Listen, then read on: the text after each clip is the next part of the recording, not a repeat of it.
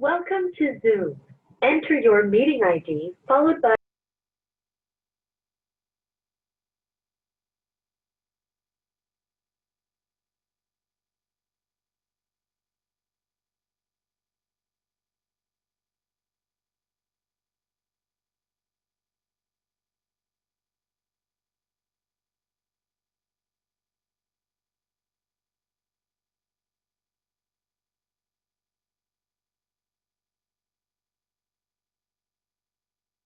Good afternoon, everyone. We will begin in a couple of minutes. Thank you.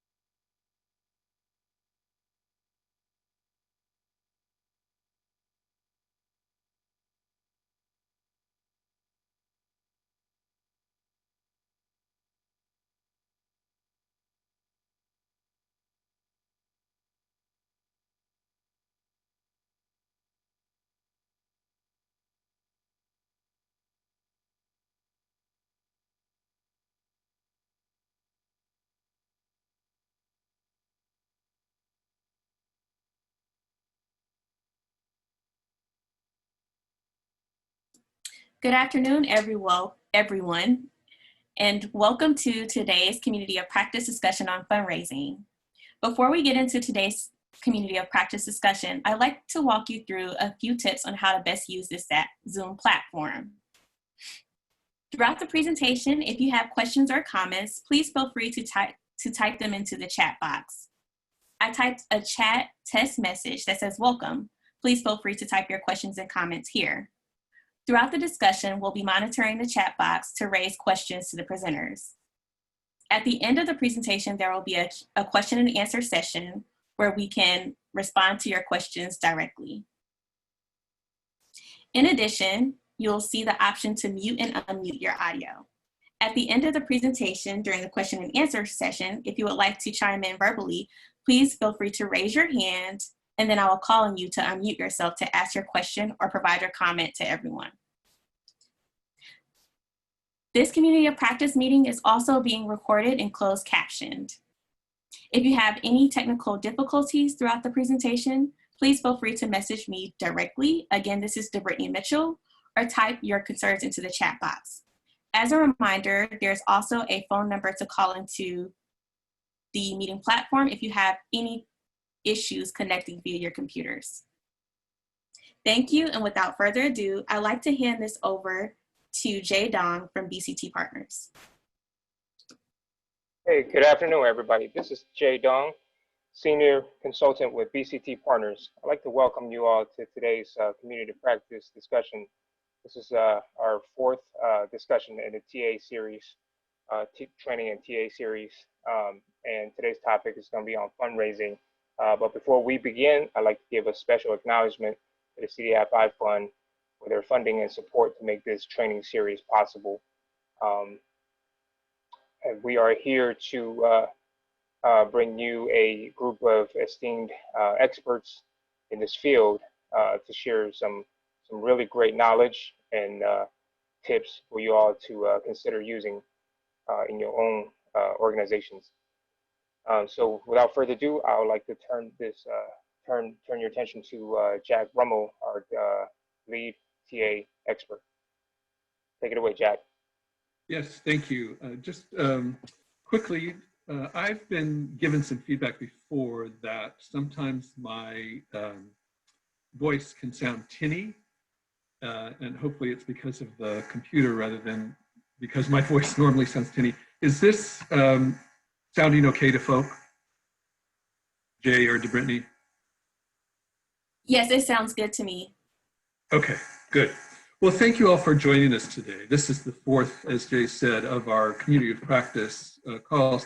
We're going to talk about fundraising and some issues that may be unique to trying to raise money to serve people with disabilities. And of course, that question, what do you need the money for, is a key one as we're doing fundraising in the field. Your intended use of the dollars you're trying to raise can influence who you're going to target. We've got a few folks, a few experts on the line who are going to talk about that. And as always, we're going to turn, after we hear from experts, we're going to turn to the folks that are participating, that are receiving TA through this initiative.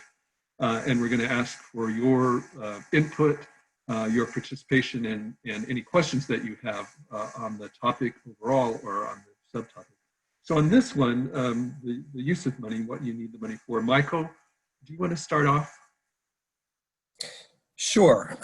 Hi, my name is Michael Swack. I'm with the University of New Hampshire, where I direct the Center on Impact Finance. And it's always a good place to start with what you need it for, because particularly when making investments in projects and programs that serve people with disabilities, there's quite a wide range of financial needs.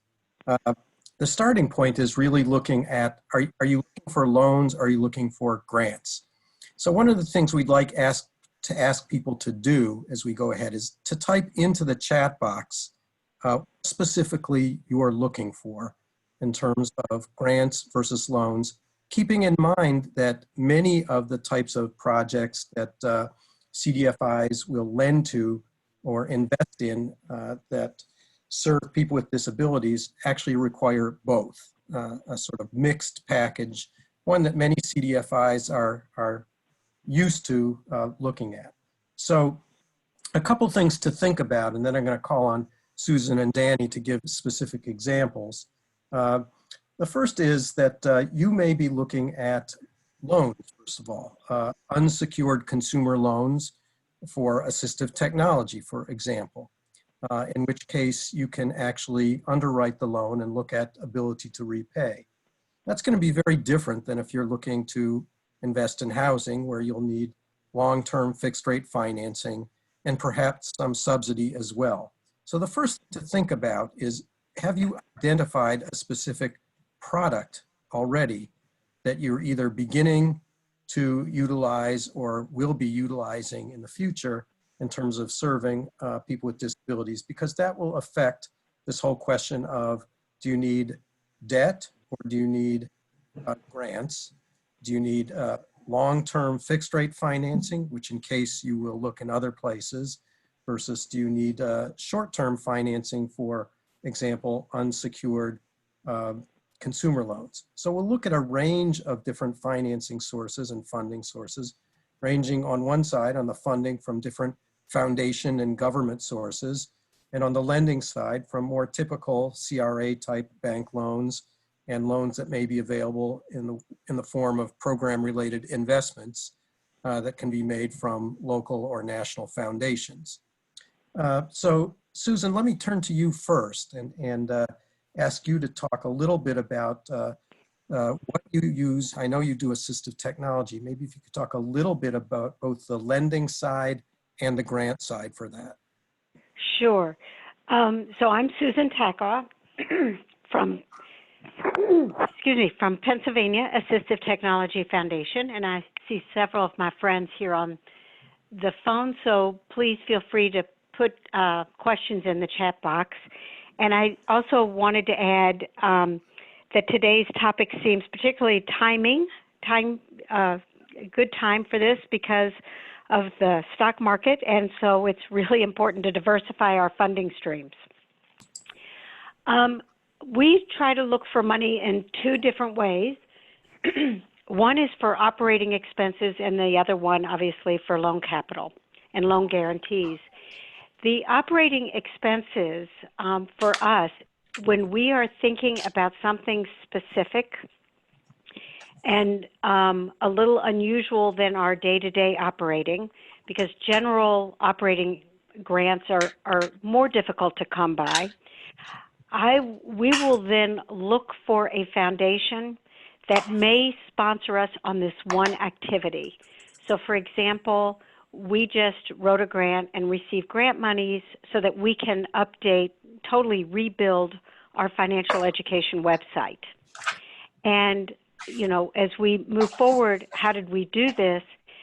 Just wanting to add that it is a little unusual because we are in our ask having to explain what CDFIs are and why this money is important to us.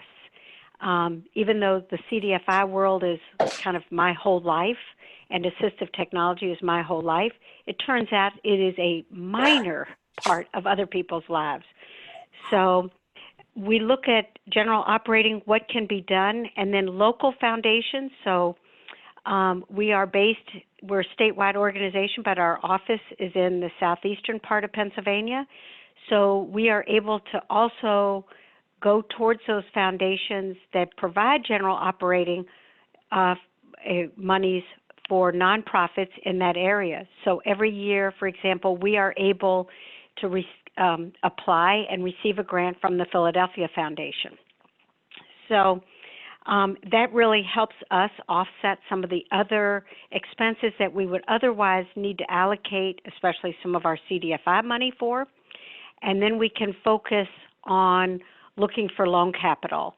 And as we'll talk later in the day in this community of practice call, there are ways to raise loan capital in Pennsylvania, and I believe in most of the states that I've researched, there is a state program for CDFIs. You first have to be a federal CDFI, and if you are, you can qualify for state CDFI money, and that can come as long-term, low-interest loans or also as grant monies. So I would just investigate that. Last year, we were able to get a $100,000 grant from our state CDFI board. So Danny, is there a nuance you can add to this?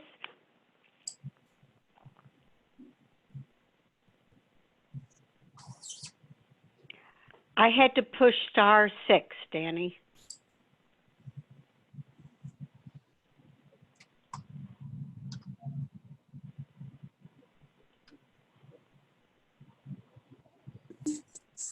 You are viewing the written initial screen.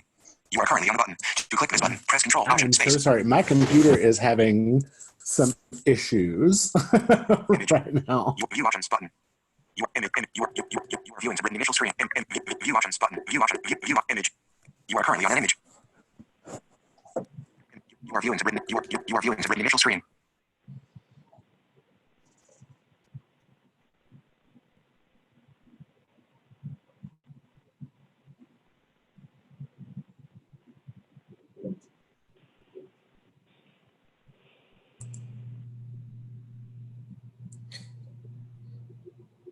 While we're waiting for Danny, Susan, let me ask you one last question that relates to what you just said. And that is, you do primarily, although not exclusively, consumer type lending.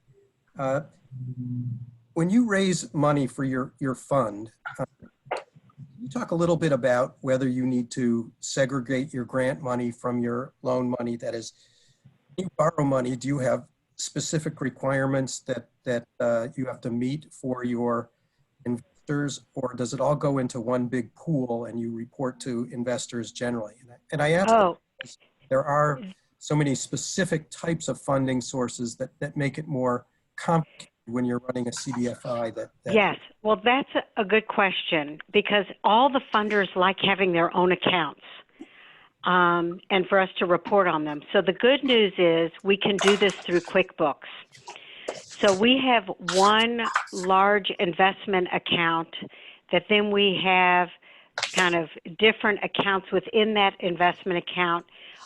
And if they're managed, we have one manager, but each of those accounts seem to have different requirements. So for example, the CDFI fund, it's fairly conservative. The alternative financing program, it's very conservative. Other monies that we raise, they don't specify, but they want us to report out on it. So we're able to kind of manage all of this through QuickBooks and through our reporting from our investment manager. And it makes it a whole lot easier for us that we do not have to set up separate banking accounts, which certainly happened. We're 22 years old, 21 years old. It certainly happened 20 years ago that everyone wanted their own special discrete account. So that's something that's really marvelous, that we can kind of do it our own, and then we have our own, a separate checking account that we can transfer. Just to follow up on that, you have, in general with the CDFI, you have an operating account, right, where you pay your Yes. from, and then you have a lending account or a loan fund. Yes. Can you give us a sense of how large your loan fund is and how many sources of funds you have in there? Okay, that's a good question. So our direct lending program is a micro loan. It's a credit building loan program from $100 to $2,000. And our fiscal year is July 1st to June 30th. And this year already we've closed around 200 loans. And we happen to run that loan program, so it's not a lot of money. It's several $100,000. We run that through a bank account. And we also do that with one of our partners so that they know we're invested in their bank. We be specific. We run it through PNC, which is based out in Pittsburgh, but they are a very large regional bank. And therefore, I'm able to apply for some of their foundation monies because it's showing them we're invested in their product as well. And for the other CDFI money, for example, when we are guaranteeing loans, and we have partner banks on that, so we're not the direct lender for our guaranteed loans. We have partner banks. It's literally a matter of bookkeeping through QuickBooks that we reconcile with our partner banks every month so that we don't have to transfer money out of our investment accounts, but rather we're keeping track, and we have 3 and almost a 4th partner bank so that we're in communication all the time, and it works for them because they can take CRA credit for us, and they're doing a good thing. And it certainly works for us because we're able to extend more loans. Like this year it's consumer lending for assistive technology. We've done $1.5 million since July 1st, and we don't have all the direct capital ourselves, but we are guaranteeing only about a third of those. But because they're low income and because we're doing the underwriting and financial education, we can also count those consumers, those borrowers and applicants with our CDFI report to show that our impact even extends beyond just what we're doing lending for. Before we move on, Susan, could you just do a quick listing of the investors in your fund, that is those who have loaned money and expect it back, as well as donors to your fund so people can get a sense of what that mix is? Okay, surely. So if right off the bat, we've our larger banks are Santander, Bryn Mawr Trust, Malvern Federal, PNC has invested some. Those are some like right now. We and so also they invest directly into your fund. Into our program, right. And we use some of them, it's all loan capital and foundation grants, so a combination of that. And can you list a couple of the foundations that both community and beyond? Philadelphia Foundation, Vision Corps Foundation, Stabler Foundation, the Health Sparks Foundation.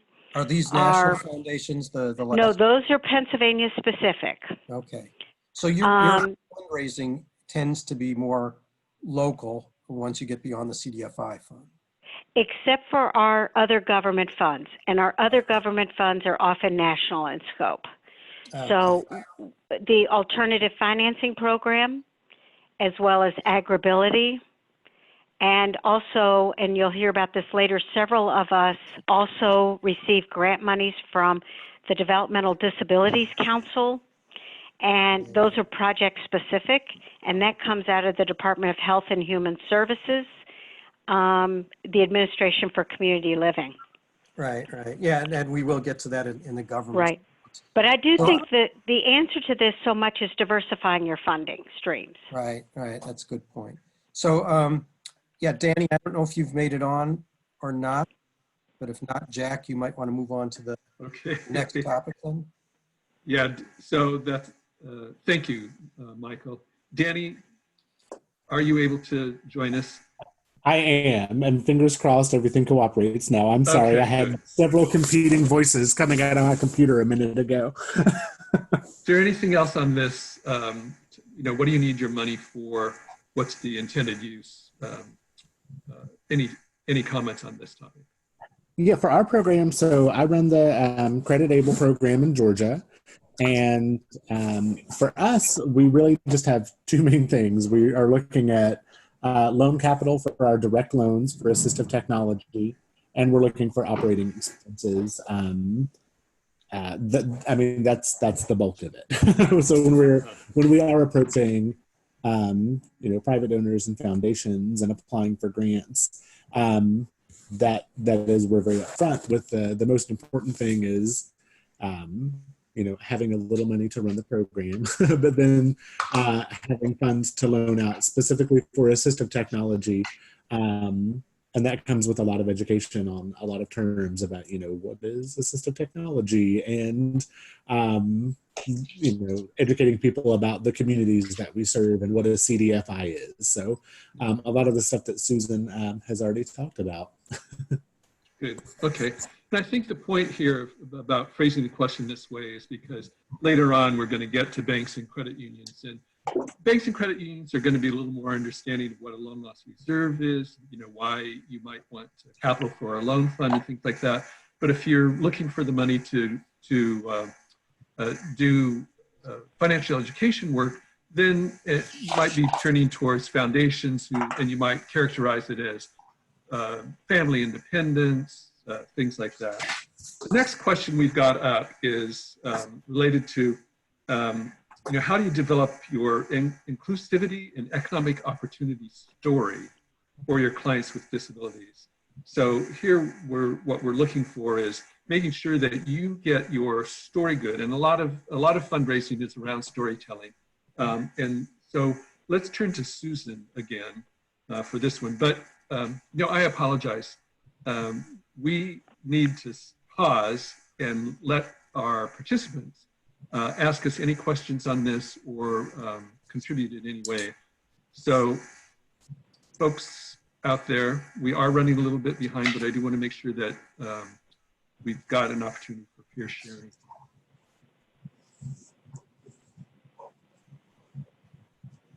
Okay, no one is stepping up on that one. Okay, Susan, will you go ahead on the second Sure. topic? So the second topic is really telling your story so that you can then be effective at your fundraising. And I think many of us focus a lot of energies on our website. Some websites, remember, they're supposed to be accessible, but some websites are not seen as a priority to keep them updated and tell your story. And it's my recommendation that you do that, because more and more funders are looking at websites to figure out nuances and to learn more about you. We put stories on our website, try to make it as clear as possible, put infographics, but Peter's on the call, and if you go to Pinata's website, they also do a beautiful job of very clearly having wonderful pictures and stories. So the first thing that happens when you look at their website is you're drawn in to to learning more about the work that they do. So being able to tell your story, having an annual report, and when you look at lots of annual reports, you'll see a lot about the finances of the organization. I'm talking about putting together an annual report that is not your balance sheet, but rather telling your story. you know, what do you do? And then connecting it with your products, your people, that your end user. So even if what you're doing is facility lending, where are those facilities? What do they look like? Who are they helping? Telling that story. The small business, having pictures of your borrowers who are creating small business, who are creating jobs, and then what do those jobs look like? So whether it's solar energy, for example, or weatherization, that you show people actually doing the work so you can tell your story. The story will then help you be able to fundraise. So sometimes the grant applications actually ask you for your annual report. A lot of times they will say you can attach whatever additional information.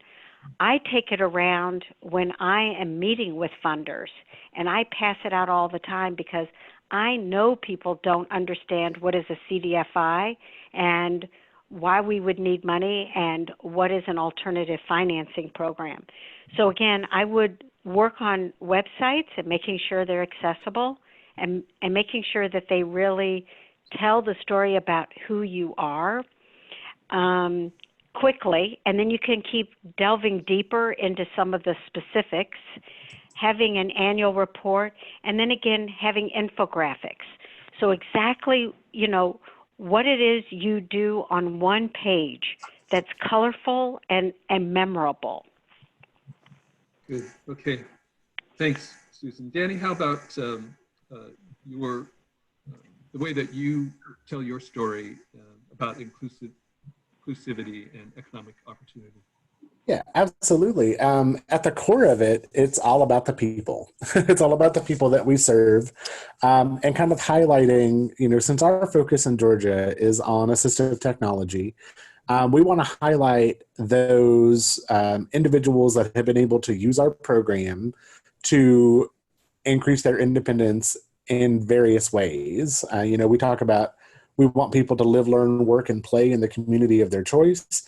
And we want to highlight that. And we do that through, you know, one of the wonderful things about partnering with our Assistive Technology Act program is that we can share those stories, share those consumers to get that out there. And we can take advantage of some of the videos and the media that our Assistive Technology program is producing, which often feature the people that have participated in the alternative financing program. Now, when we are reaching out, I talked before about, you know, it's all about defining things. So when we are approaching people, you know, we let them know if it's a foundation or whatever kind of funder we're looking at. We do define, you know, what is assistive technology, running through the whole gamut of what counts and why it's important. And then talking about the areas that we serve, which is the whole state. And sometimes it's about defining the barriers that are going to be broken down with the funds that an individual has access to. Sometimes that's just simply being able to get in and out of the home, or being able to, you know, access a certain part of the community or what have you. So it's really about crafting those stories and sharing those stories of empowerment with individuals. That's really kind of, you know, it helps hook somebody to want to invest in the program or to want to become more involved. And we want to, you know, be very mindful of when we are presenting those stories of individuals that we're approaching it from that empowering standpoint and not from, you know, a perspective of pity. We don't ever want it to look like, oh, well, we helped this poor individual, being careful about that story. Right. I think, Danny, I think yes. You're right. That should not. That is a really important point. That those pictures have to show empowerment. Yeah. You know, people are Absolutely. able to do things and to avoid the pity. But you're right. And we do touch on this in the upcoming webinar that we're going to be doing. We'll be doing a little bit of a deeper dive into that when it comes to marketing and when it comes to sharing the story of your organization and your consumers. That's on March 31st. That's the final webinar of the series. Okay, thank you both. I want to turn to Anna Magnuson. Anna, you're in Iowa. Have you had any trouble developing your story. I know that you lend exclusively to people with disabilities. Have you had any trouble developing your story in a way that is understandable to your donors?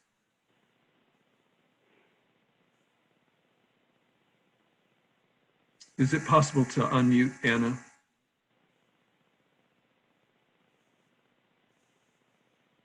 I'm here. Go ahead. So if you can hear me, so the problem Yes. that we've had is that we have lots of great stories. We're just trying to find ways to recruit volunteers to help us capture those stories. So we have had hit or miss with volunteers who have started projects where we get their stories and then they tell us that we're going to get them. But we have amazing empowerment stories. We just need to find the volunteers and the manpower to get those out. Our website is under revision and trying to be able to get the updates, but it's a funding issue. So we have an idea and a vision for our website, but we don't have the funding to be able to do what we needed to do. So that's a chicken or egg issue for us, if that makes sense. Yeah, because you're here on this fundraising call, and you're saying you need more money in order to get your story out. Exactly. Okay. Yeah. Okay. Anybody else on the call? Any other TA participants? Jack, this is Susan.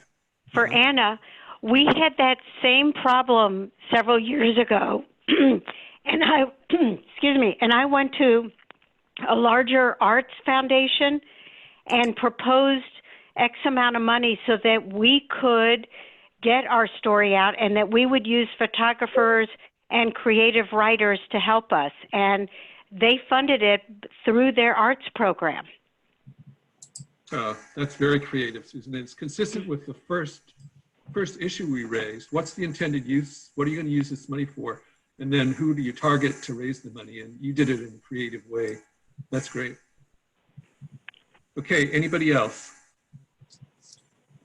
All right, we are running a little bit behind. The next one is important. This is about the sources of information on your prospects. Where do you go to identify prospects?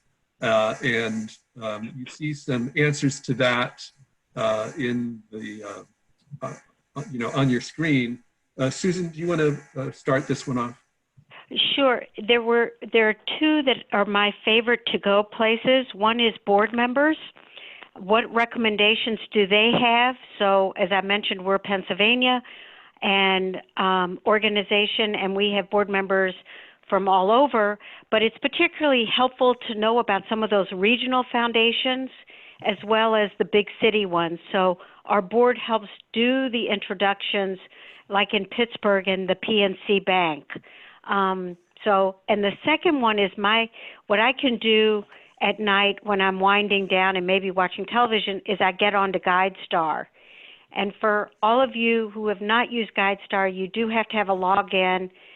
You can make it up yourself, and then you can read nonprofits and foundations 990s.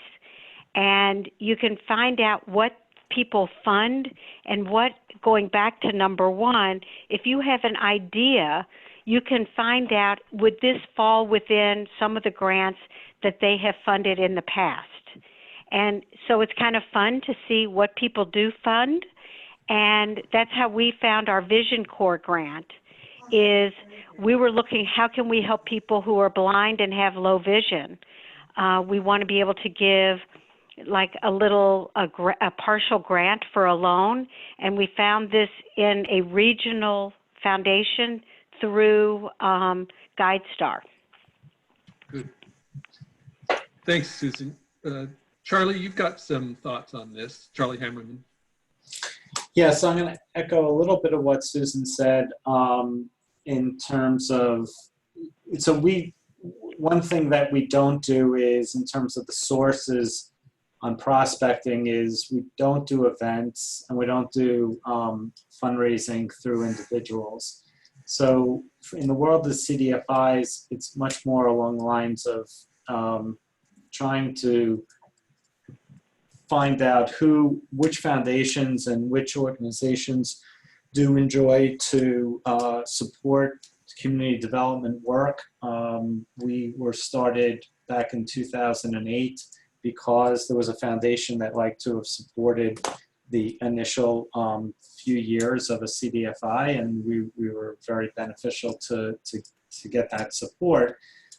In today's day and age, I think they have a lot more foundations as well as impact investors who are still looking to support CDFIs, learning more about it. I was in a meeting just this last week, and somebody wanted to take their cash and invest in a CDFI. And when they heard we were a CDFI and we were doing disability work, they were very keen on looking to invest in us, which obviously then could lend itself to doing grants. So from our perspective, it's really taking a look at community development overall and looking at that landscape. And yes, while things are very incredibly volatile right now, things will calm down at some point. And what the trend has been recently will continue, which is if people are going to give money and if people are going to invest their money, they're going to want it to have a social good. And I think that everybody on this call, with regard to their work in CDFIs and specifically in disabilities, will fit that category. I'll hand it back to you, Jack. Okay, great. And Jack, Michael, one Michael, other. you're Yeah, just one of the options I wanted to raise for people, if they're not familiar with it, is donor-advised funds, and particularly donor-advised funds that are administered by a community foundation. For those of you who aren't familiar, donor-advised funds now contain about $130 billion. These are private funds that are administered by a third party, in many cases a community foundation. There are over 700 community foundations that administer donor-advised funds. We just finished a project where we talked to a number of community foundations, in particular about how donor-advised funds can be used for investment even before they're donated. This is actually a problem in the tax law, but maybe one people can take advantage of. And that problem is that you get the tax advantage of making a donation to a donor-advised fund even before you give the money away. So in many instances, that 130 billion or so is actually sitting in investment accounts. But you've given the money away, you can never get it back, and therefore you are willing to take more risk with it. We work with actually several community foundations across the country who are working with CDFIs, both to make investments, low interest loans, and ultimately they hope to donate that money to CDFIs. The thing to keep in mind for people on this call is that donors have really different interests.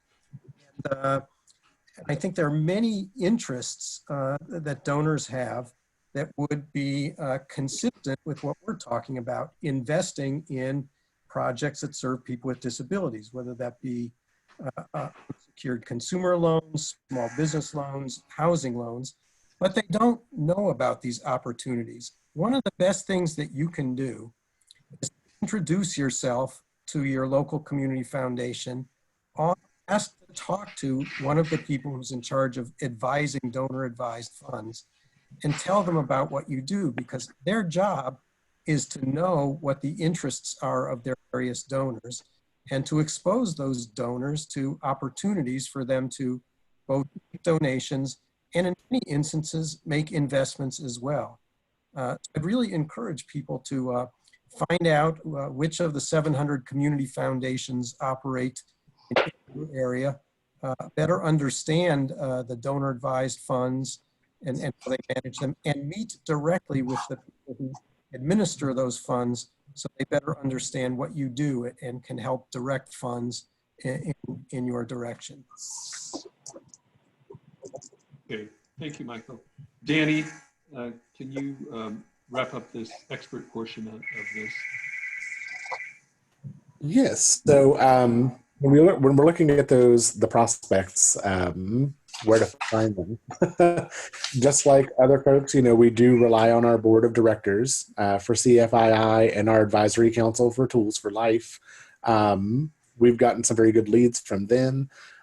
Sometimes it's just a matter of hitting Google, looking up things that way, looking at local foundations, local companies. That's one of our biggest ways. And then sharing information. I've mentioned in previous calls, I'm connected to a lot of different disability groups here in the state, and we share information all the time. There may be a funding source that, the National Federation of the Blind can't use, but we could benefit from it. Same thing if I come across, something, it's all about sharing that information, having that good network of other nonprofits and other organizations that you can share those resources and information with. So that's all I have. Okay, great. And how about our other participants on the call? You all are CDFIs that have been in operation. Are there thoughts that you've had about how you're going to proceed with your work, supporting the work of supporting the needs of people with disabilities? Thoughts that you've had about how you're going to approach fundraising around this?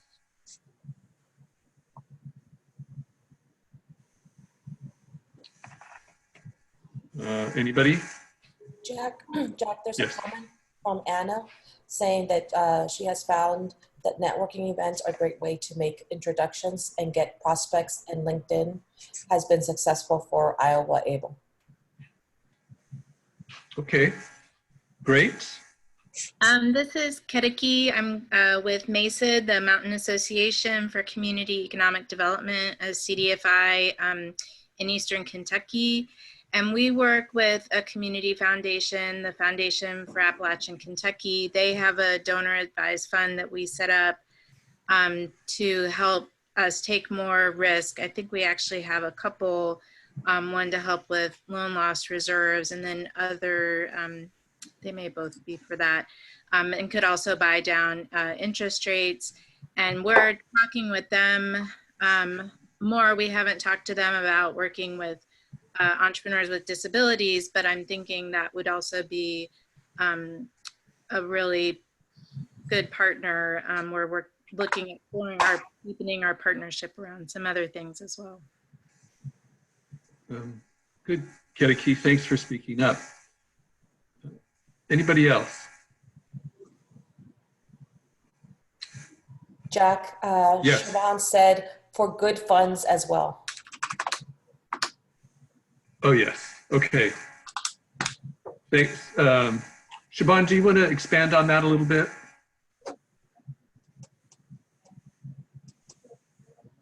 Can you unmute? There you go. Yes, I'm unmuted now. Yeah, so Andy, our CEO, does most of this, but sometimes I go to conferences with him. But he spends a significant portion of his time traveling to different conferences around the country and making introductions with potential investors, banks, etc. And I think that's been one of our most successful avenues for building funding relationships, to be honest. Good. Okay. Thanks. Anybody else? Anybody else before we move on? Okay, the next topic is about turning to banks and credit unions. We've touched on this a little bit before, and the first point after the underlined stuff on your screen shows that it's the strategic deposit of CDFI funds. The notion here is that you have money and you put it in the bank, and you all may be doing this already, but the notion is that when you go to a bank and you give them your money to hold, they can be viewed as allies in the work that you do, and you need to approach them and ask them about their willingness to support your work since you're supporting them with your deposit. And the issue here is you probably have a lot of money, and so you may want to spread it out to a number of financial institutions. And if the financial institutions that you're depositing your funds in aren't really interested in your work, then it's probably time to go to a different financial institution. You can get funding from both your local branches and as well as the larger parent banks. And they have multiple pots. And I know we've got both Charlie and Susan have experience in this. Charlie, do you want to start off? Sure. So we've done this in the past, and we have relationships with banks, and there are pros and cons, you know, in terms of if you spread your money out too far and wide, then there's a lot of reporting and compliance issues in terms of keeping track of reconciliations of bank accounts and such, but there's definitely some strategies around finding the right partners who you will be able to make a deposit, but at the same time they have a foundation or they have a programmatic side, they have the CRA division. So there's definite ways to sort of work with the bank relationships on both sides of the aisle.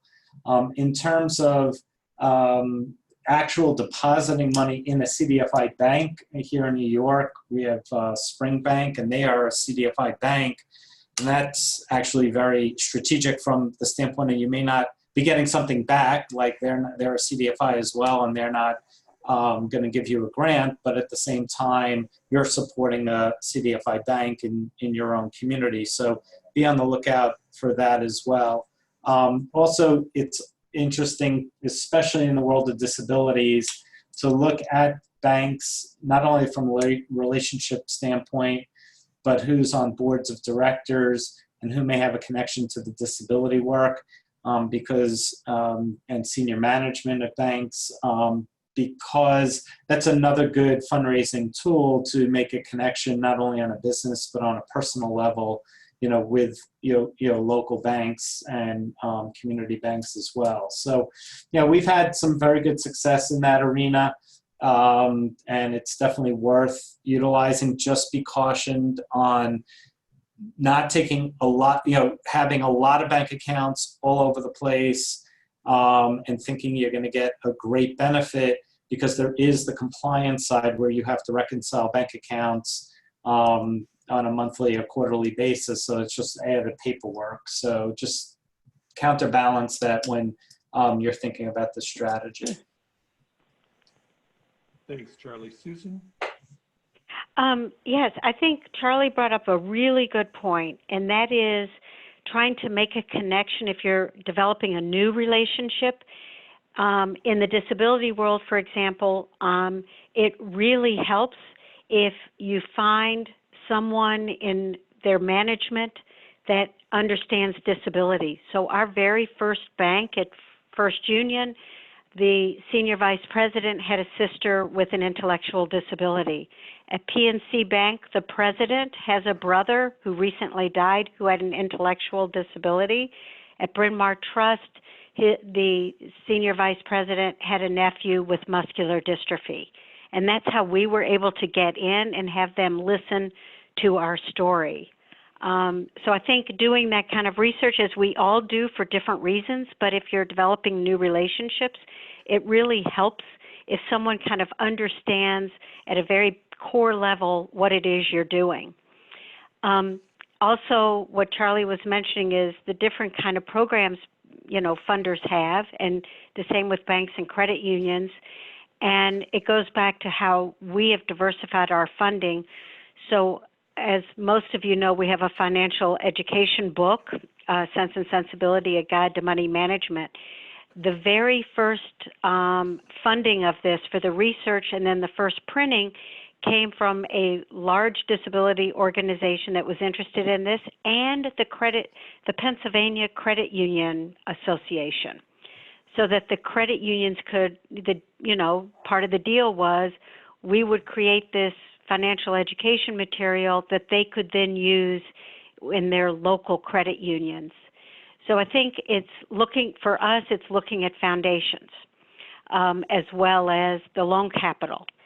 That being said, until recently, I was the sole grant writer. So what I would do is think about in a strategic way, how much money are you, what is your minimum amount that you're going to fundraise for? So for example, the CDFI grant, that's pretty exciting because that's a lot of money.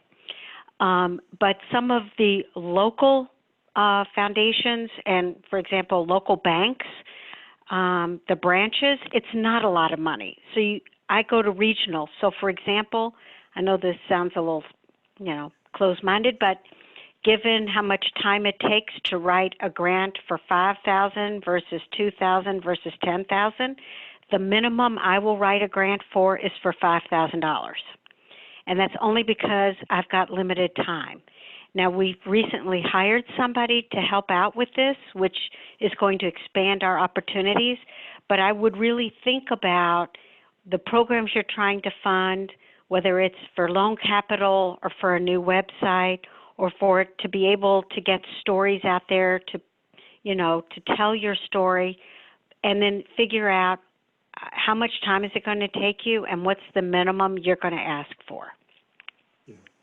Good. Thanks, Susan. Okay, before we turn this over to further discussion, I just want to point out one thing around the CRA. I know in Washington, there's the Washington CRA Association, and there may be equivalent associations in other states. And what you want to do is find out if there is, and then look at the list of the members of that. And for Washington, we can get a list of the member organizations. What they do is they pool dollar amounts into a sort of a CRA pool, and then they make loans from it to meet their CRA obligations. And they have periodic meetings. And you can go to that list. And what we did is we went to the top of the list because the top of the list were the largest banks. And the largest banks give the most money to the pool. And we started, in terms of where we deposited our funds and who we were going to ask money of, we started at the top of the list with the largest banks because they have the most money to give. You can also, if you're looking, trying to figure out, well, where are the big banks that can give the most? You can go to your Bankers Association. You can have discussions with them. The CRA Association in Washington has periodic meetings, and I had discussions with CRA officers and got invited to the meeting. And at the meeting, you've got, you've got a group of 20 to 30 people in a room where you can talk to the CRA people about your organization and why, why the work that you do is important and how you can help them, because you're a CDFI, how you can help them meet their CRA obligations. So I just wanted to throw that out to you. That has been quite fruitful for the Northwest Access Fund. Anybody else in the audience that has experience working with banks and credit unions in terms of raising money for your work? Do you have anything to share out there?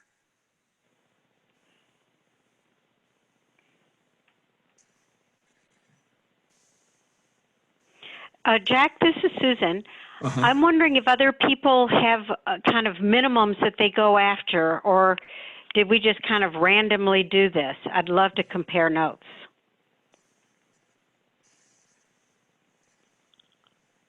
Okay. What about Peter? I noticed you're on the call, but it looks like I'm not sure if you've got the capacity to speak. I know that. Jack, he doesn't have audio. Okay, there's no audio there. Anybody else? All right. So I think we've established that banks and credit unions are good places to go. The next topic is around government funders. And here, I think that I'm going to just throw this out. Susan had earlier talked about the agribility program. There's also something the Department of Labor does, their Disability Employment Initiative. Northwest Access Fund has raised funds twice for that. Once we were able to use money to, use this collaborative effort with the Employment Security Department in the state to raise money to support our individual development account program for people with disabilities.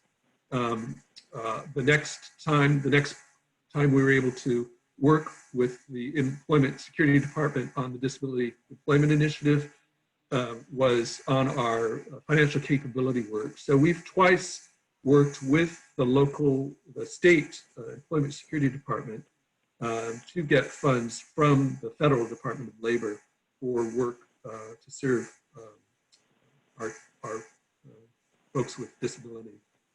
Agribility, I think that Susan can speak more to this. Again, this can take some effort if your state isn't currently doing this. Every state has the capacity to do this through their extension. Whatever state university has an extension program, it has to be through the extension program.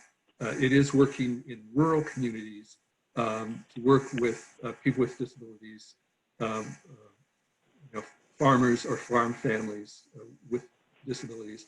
It took us about 4 years of working this. We initiated outreach effort to the Washington State University and identified one of the programs that was willing to go for the dollars.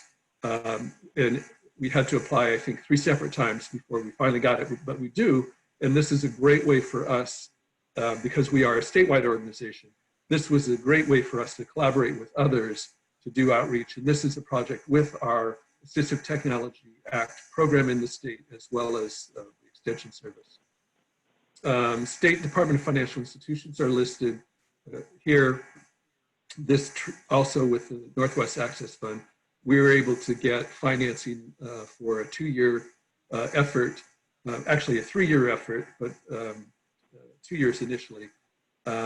They had funds for financial education, and we had a financial capability program we wanted their funds for, and we negotiated with them. This took about a year of work, but negotiated with them, and over time they were willing to support our work targeted to the needs of people with disabilities. The final one, I know that Susan will be able to talk to a couple of these other ones. On the State Housing Finance Authority, I'll talk about the Northwest Access Fund again. Here, if your program is going to be doing home modifications, the Housing Finance Authority in the state might be a great source of funding. We got a $250,000 loan at 0.5% interest. The loan, well, anyhow, it was very good terms. For a long time, it's being delivered in tranches of $50,000 each as we make the loans. And the time frame, I think it's for a 5-year period, doesn't start until we draw down one of the tranches. And this is going to last us for a while. It's very, very cheap money. And if you're working in the housing field or working in the AT field, both ways you could get money for this to do home modifications. So I'm going to stop there because we've got others that have experience here. Susan, I've got you down next on the list here. Right. And again, I want to echo what you're saying about the housing finance program. Every state has one, and they raise their own money separately. Some it's through bonds, but they all have programs to help people with disabilities access housing. And so one of the ways, we do it a little differently than Northwest Access, but one of the ways we have received a grant from the Housing Finance Agency is I looked at their website and noticed they didn't have any pictures at all of people with disabilities, and yet they have a wonderful mortgage plan and soft second and soft third plan for people with disabilities. So I offered them a deal of if they gave me X amount of money, to go get pictures of people with disabilities in a home of their own and looking at home modifications, I would get the authorization from these people that they could use those pictures on their website as well. And that's one way we got pictures of some of our borrowers, and then also pictures of people that we could demonstrate how we could help fund home modifications through our CDFI program. So I think they have an executive director. The executive director has an amazing amount of authority. They also have a board of directors. So if you know those people on the board of directors, it's a wonderful potential source of revenue for you. And I think the other piece, as we've talked earlier, if you are working with a disability organization, oftentimes through that partnership, there will be at some point opportunities to apply for a grant from your state State Developmental Disabilities Council. Those are federal monies that come into the state to help support projects that empower people with disabilities to live the life they would like to live. So live in their own home, go to work, be fully included in the community, making sure people vote, all of that kind of stuff.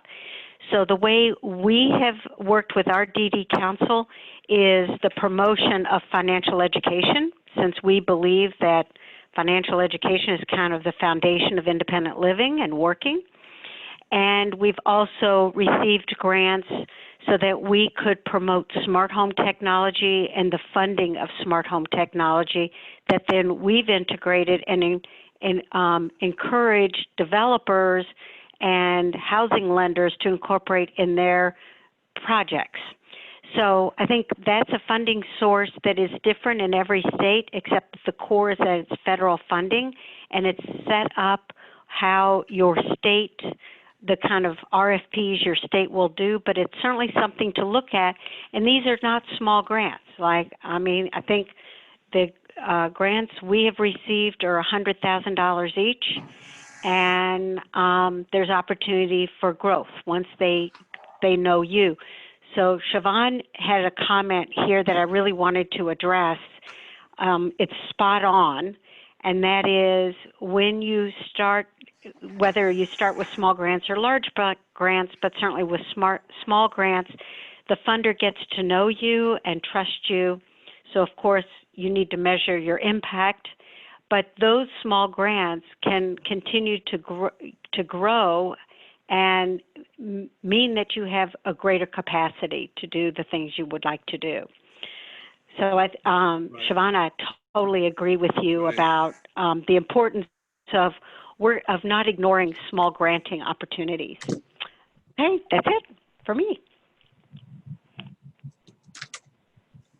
Right, because it's all about developing and building relationships, and the relationship that starts with a small grant can develop into something larger, can develop into even loans, depending on your needs.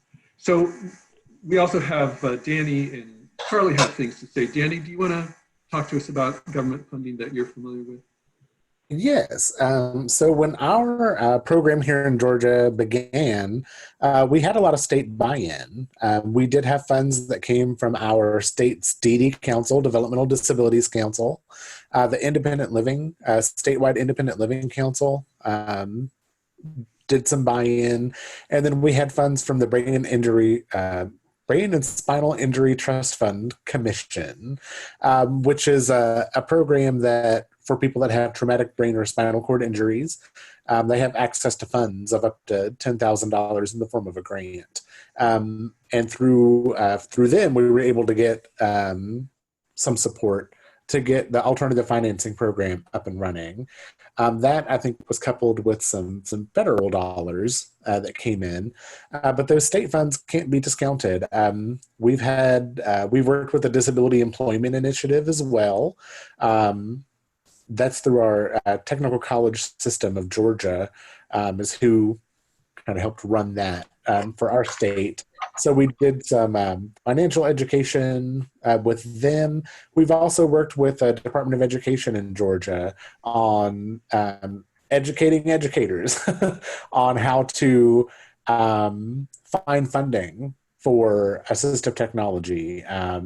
So promoting our program, but also providing that service. We're currently looking at working more with our DD Council, because that's an important partner, and they're another statewide partner. And we have different connections and different resources we can leverage throughout the state for that. We have not done anything with the State Housing Finance Authority, but that is definitely something that we have considered pursuing. And as for our agribility program, we're working at making that relationship a little more a little stronger than it currently is. But there's a lot of possibilities. With us, I will say, when we're looking at doing some of the state government funds, it's one of those things where you have to, plan ahead and be prepared for sudden changes. I can share that we were working on a partnership with a state agency here, and then the governor announced, 4% cuts 3 months into the fiscal year. And so that burgeoning partnership evaporated. So it's one of those things that you really have to have a backup plan. And like with anything, we've talked about diversifying your funds and your resources. That definitely echoes when you're looking at any kind of, especially state government funds, because they can go away in the blink of an eye. Okay. Thanks, Danny. And Charlie, you had some thoughts on government funding. Yeah, well, one thing I wanted to note, before this call got started, there was a member call for OFN, and just as a point of updating anybody on this call, OFN announced that if there's going to be any sort of a bailout emergency bill on Capitol Hill, as there was in 2008 and 9, the CDFI industry through OFN and the CDFI coalition are going to go to ask for a supplemental $1 billion on top of the current FA program. That's obviously just a request at this point, but if anyone on the call who's not a member of OFN, you should just check out their website, and I'm sure they're going to update people, and you should get their newsletter and things like that. And for those who are members, obviously, they'll be reaching out. I did, because it was a webinar, I threw a comment in on the question side and just asked that if there was going to be such a large increase, that the disability portion, the disability financial awards, get a increase as well. So we'll have, I think as a group here, we should be able to be cognizant of that and stay on top of that with OFN to make sure that that doesn't get lost at the table. Other than that, in terms of government funders, we've been able to utilize government funding at different levels of deals. So it didn't necessarily mean that that money hit our balance sheet, but we were able to use home funds and other housing funds for our borrowers to then reduce the exposure that we had in terms of the loans that we were making. So it is something to be aware of. In terms of an area that we're getting involved with now that's included in the disability category is substance use disorder and opioid use disorder, and there's clearly going to be a lot of government funding at the local, state, and federal level on that. And for anybody who's on this call who may be interested in that topic, we can talk offline to talk about some strategies about how your CDFI can get involved on a government funding basis to enhance the work that you're doing. Let me pass it back at this point. Okay, thank you. Let's turn, we are running out of time. We've got one more topic, so I want to turn it to the audience of others on the call. Does anybody else have anything to add? Are there some potential government funders that we might have not thought of that somebody else may know of on the call? Anybody? Okay, good discussion. The last topic for today is fundraising through events. It is something that you all can think about doing. I know that we have some experience on that among our experts. Danny, you have some experience with event fundraising. Do you want to talk about that? Sure. So a lot of the events that I've worked with have been with some of the other organizations that I'm involved with. I will throw out, when you are planning on doing an event, it is a lot of work. You definitely need somebody who's going to be the point person, somebody who has the time to commit to doing things like finding a venue and whatever your focus might be. We've done things like we've done a comedy night. We have done a gala for the Center for Independent Living. We've done celebrations of the ADA for different organizations. And yeah, it's a lot of work.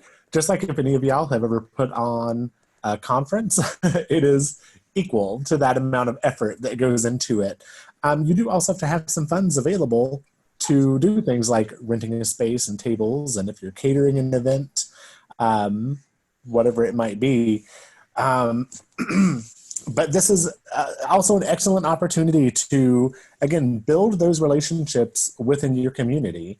Through working with the Center for Independent Living, doing some of their events, we were able to foster relationships with organizations that we had never worked with before. Things like organizations that do modified vans that we had never really worked with. Suddenly we found out, oh, hey, look, they've got a funding stream that can help with doing some of these outreach efforts that they were doing.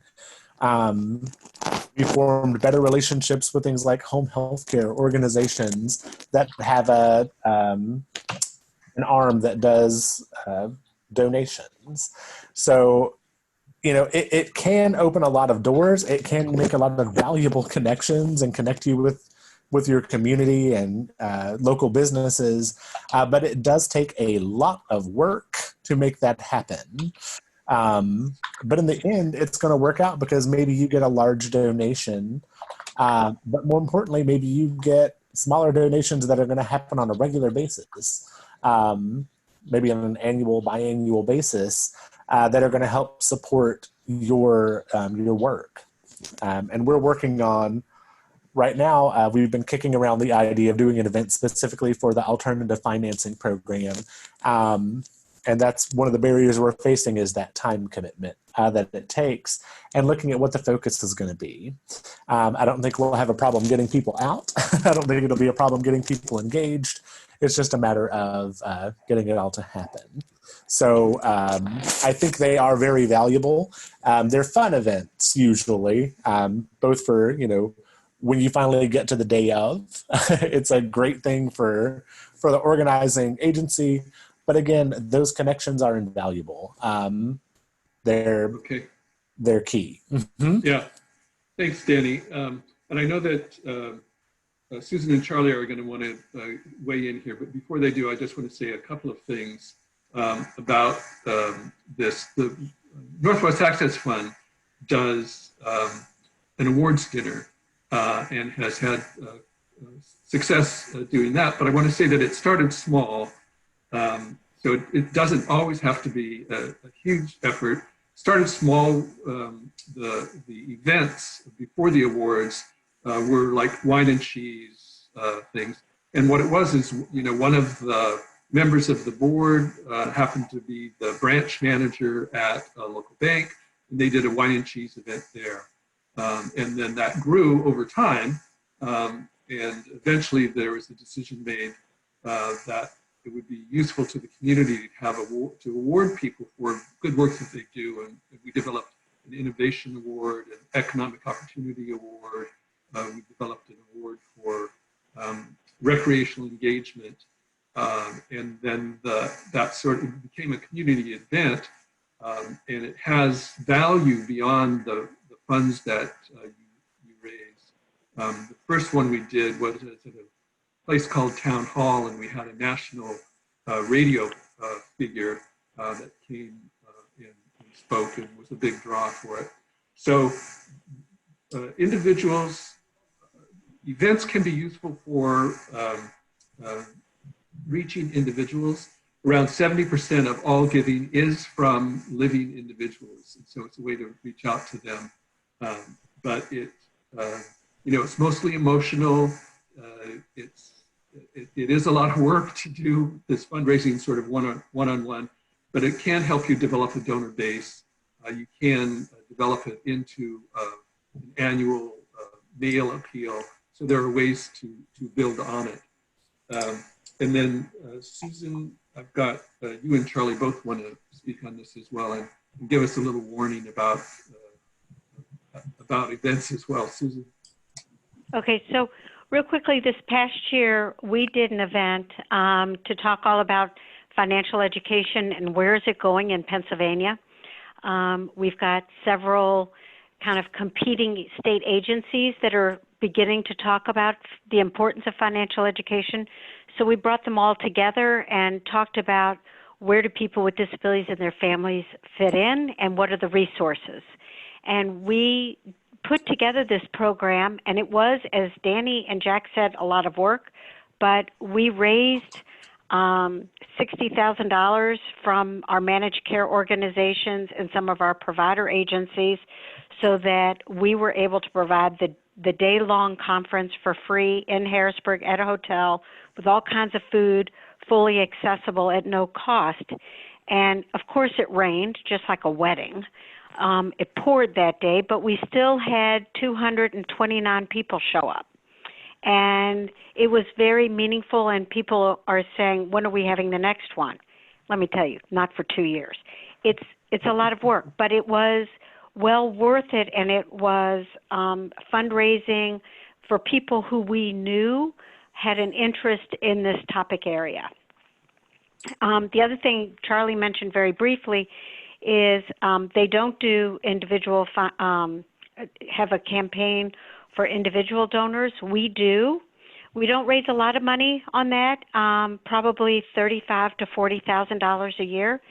But on the other hand, those are unrestricted dollars. Good. Okay, thanks, Susan. Charlie, do you have some thoughts? Yeah, so we basically started our CDFI in 2008, very similar to the economy that's going on now. And we started off our hope that we were able to not have to do events, to be able to prove our model. So it was more, we took a philosophical aspect towards it. I am not against events. I attend a lot of events, and we go and support a lot of things. As an organization, depending on your size, though, Susan gave the cautionary note. It's a lot of work, and you need to understand where the rewards are. We too have done some very nice events, but not for fundraising purposes around technical assistance or financial literacy for parents of children with disabilities and the ABLE Act, and we've coordinated that with other not-for-profits. So we do go to events and we do participate in community affairs, but we don't look at it as a fundraising tool, per se. Nevertheless, there are, very good reasons to do things like that if you have the support and you have good either volunteers or board members, or if your budget can afford it, that's great. But again, when you have an economy like we're now about to go into, and if you have events being a major part of your budget, then you're susceptible, to those issues. It may seem a little obvious, but the reverse also seems as though it's the knee-jerk reaction with a not-for-profit is, oh, we'll start a not-for-profit, or we're going to just do events, and we're going to convince everyone to release money into what my project is. Sounds all good, but just be cautious about that in terms of whether you can pull it off or not. Just try to think of how many events now just got put off in this season as we're going into the spring season. So we actually did a whole review of our borrowers in the last 48 hours, and what the consistent theme from the not-for-profits borrowers were that they had to put off their gala. And of course, their galas are, a percentage of their revenue. So we're going to have to track that and see what's going to happen there. So, cautionary tale on events, but, there are pros and cons on it. Hand it back to you, Jack. Okay, thank you. Thanks, Charlie. And I note that Anna typed in that the downside of events is that it can be dependent on current events like the coronavirus, the weather, etc., and that lots of nonprofits are canceling, just like you said, Charlie. All right, other comments from the folks participating beyond the experts on the line? Anybody else have thoughts on events as a tool?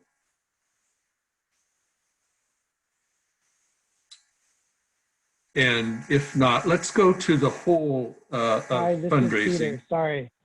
Oh, Can you hear Peter, me? go ahead.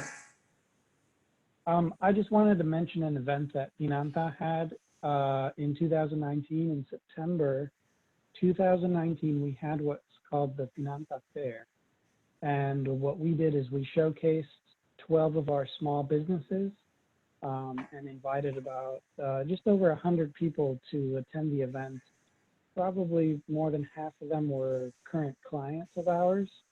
And what we wanted to do is allow these 12 businesses to kind of show off, kind of showcase the products that they make. And then all the attendees could take home a sample of each of the 12 businesses' products. And it was sponsored by a number of banks. And the banks were totally thrilled. The representatives that attended were thrilled with the event and thrilled with the marketing we did of, saying, lead sponsor this person, silver sponsor, this thing. And we actually raised more sponsorship money than we did spend on, the expenses of the event. So it did a couple of things. One, it made the bank, satisfied with the event that we said we were going to pull off. And then it also gave the clients the space and time to meet with each other and to be excited about what they've been able to do with the financing they've gotten from Pinata. And it was a great networking opportunity as well. So we hope to repeat that event in the future. And if we do, I think we have a lot to work with how this event went. One thing that we did is we had a really long program, and we're going to change that. And instead of having speakers speak for 45 minutes, we're going to reduce it probably to about 5 to 10 minutes, because that seems a little bit more appropriate. Good. Thanks, Peter, for that. I think just to add on our events, we have we give some tickets away to our clients, and so we get folks in the community at the tables, and we, by the nature of the awards, we've got since we do business lending, we would have folks that would be there that are looking for support and looking for people to buy their products, as well as given an opportunity for the broader community to interact with the disability community. It's paid off very well for the Northwest Access Fund. Anybody else with thoughts about events? And we are fast approaching the end of our time. How about any other comments about the overall topic of fundraising? Does anybody have any questions for us before we close today?